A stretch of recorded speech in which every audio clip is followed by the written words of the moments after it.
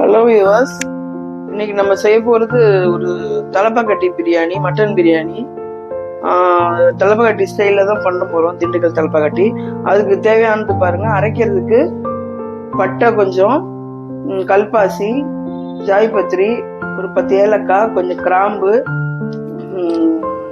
பிரிஞ்சி இலை இது. அதுக்கப்புறம் அது கூட கொஞ்சம் மிளகு, 1 டீஸ்பூன் மிளகு, ஒரு 1.25 டீஸ்பூன் சோம்பு, ஒரு டேபிள் ஸ்பூன் கொத்தமல்லி, கொஞ்சம் மிளகு, சீரகம், இதெல்லாம் சேர்த்து அரைக்க போகிறோம்.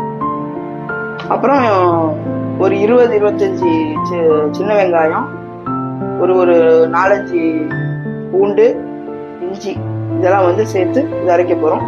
இது நான் தாளிக்கும் போது இந்த பச்சை மிளகாயும் 2 தக்காளியும் சேர்த்து போடும். பெரிய வெங்காயம் இதில் தேவைப்படாது. மெயினாக உங்களுக்கு சின்ன வெங்காயம் தான் வரணும். அப்புறம் புதினா, மல்லித்தலை காட்டுறேன்.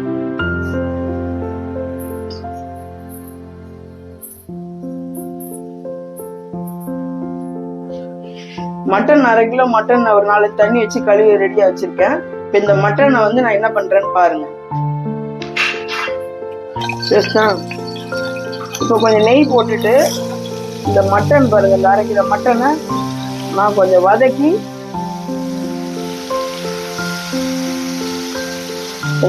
வேக வைக்க போறேன். ஒரு 8-9 விசில் வரட்டும். இது நெய்யில தான் போடணும். கொஞ்சம் இஞ்சி பூண்டு பேஸ்ட் இதுல போடு. 2 டேபிள் ஸ்பூன் நெய்யும் 2 டேபிள் ஸ்பூன் ரீஃபைண்ட் ஆயிலும் ஊத்திருக்கேன். இதுல மஞ்சத்தூள் போடுங்க ஃபர்ஸ்ட்.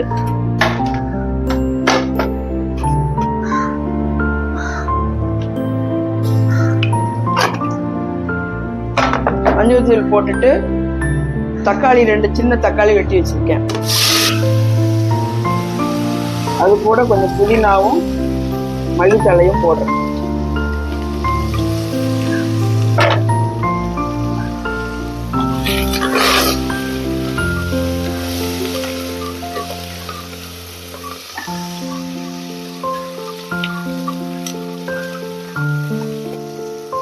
இப்போ கொஞ்சம் ஸ்டவ் கொஞ்சம் ஸ்லோ பண்ணிட்டு இந்த பட்டை, லவங்கம், பிரிஞ்சி இலை இதெல்லாம் நான் அரைச்சி அது போடுறேன் பாருங்க. இதுதான் முக்கியமான மசாலா இருக்கு இந்த தலப்பாக்கட்டி பிரியாணிக்கு. அப்புறம் கொத்தமல்லி, மிளகா, அப்புறம் சோம்பு, சீரகம், மிளகு இதெல்லாம் பொடிச்சு வச்சிருக்கோம். இது சின்ன வெங்காயம், இஞ்சி, பூண்டு, பச்சை மிளகா இதை அரைச்சி வச்சிருக்கேன். ஸோ இந்த 3 மெயின் மசாலா தான் இதுக்கு மசாலாவே. திண்டுக்கல் தலப்பாக்கட்டி பிரியாணினால இது 3 மசாலா தான் மெயின். பெரிய வெங்காயம்லாம் ஆட் பண்ணக்கூடாது. சொல்ல உங்களுக்கு புரிஞ்சிருக்கும்னு நினைக்கிறேன்.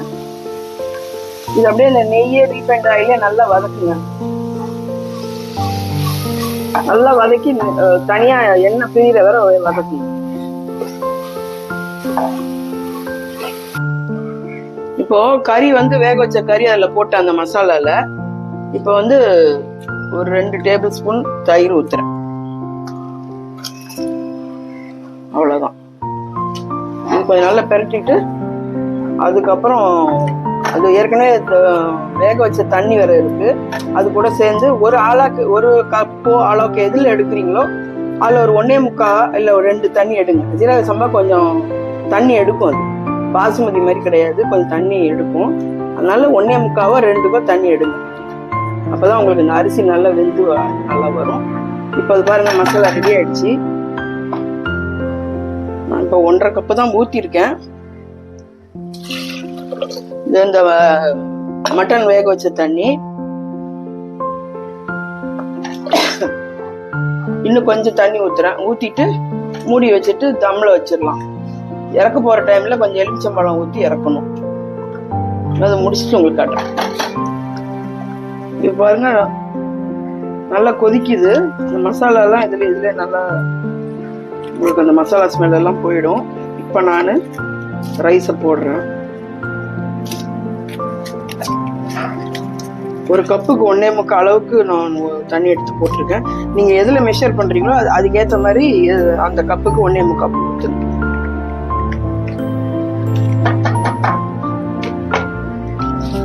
இப்போ போட்டு முடிச்சுட்டு கவர் பண்ணிட்டு தம்மில் கொஞ்சம் வச்சிடலாம். கொஞ்சம் ஸ்லோ இதில் கொஞ்சம் ஹையில் ஒரு 5 மினிட்ஸ், அப்புறம் ஒரு ஸ்லோவில் ஒரு 5 மினிட்ஸ் வச்சா உங்களுக்கு ரெடி ஆகிடும்.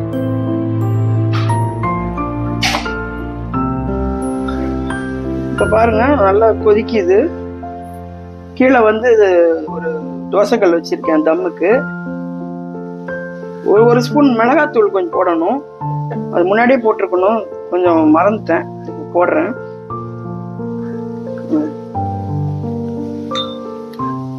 அவ்வளோதான். பாருங்க இன்னும் கொஞ்சம் தண்ணி தான் இருக்கு.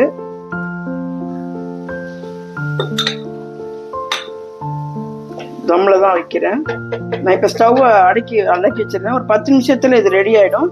ரெடி ஆன பிறகு உங்களுக்கு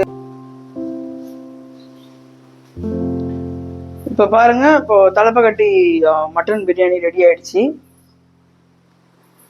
இதுக்கு முட்டை கிரேவி, அப்புறம் வந்து கறி சுக்கா எல்லாம் வச்சு சாப்பிட்டீங்கன்னா ரொம்ப நல்லா இருக்கும்.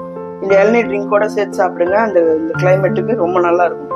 இது உங்களுக்கு இது செஞ்சு பாருங்க வீட்டில். உங்களுக்கு பிடிச்சிருந்தா லைக் பண்ணுங்க, ஷேர் பண்ணுங்க, சப்ஸ்கிரைப் பண்ணுங்க, பெல் ஐக்கனை ப்ரெஸ் பண்ணுங்க.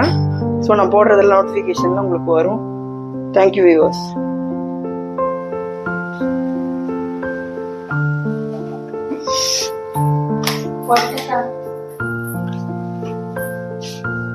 அப்புறம் மல்லியில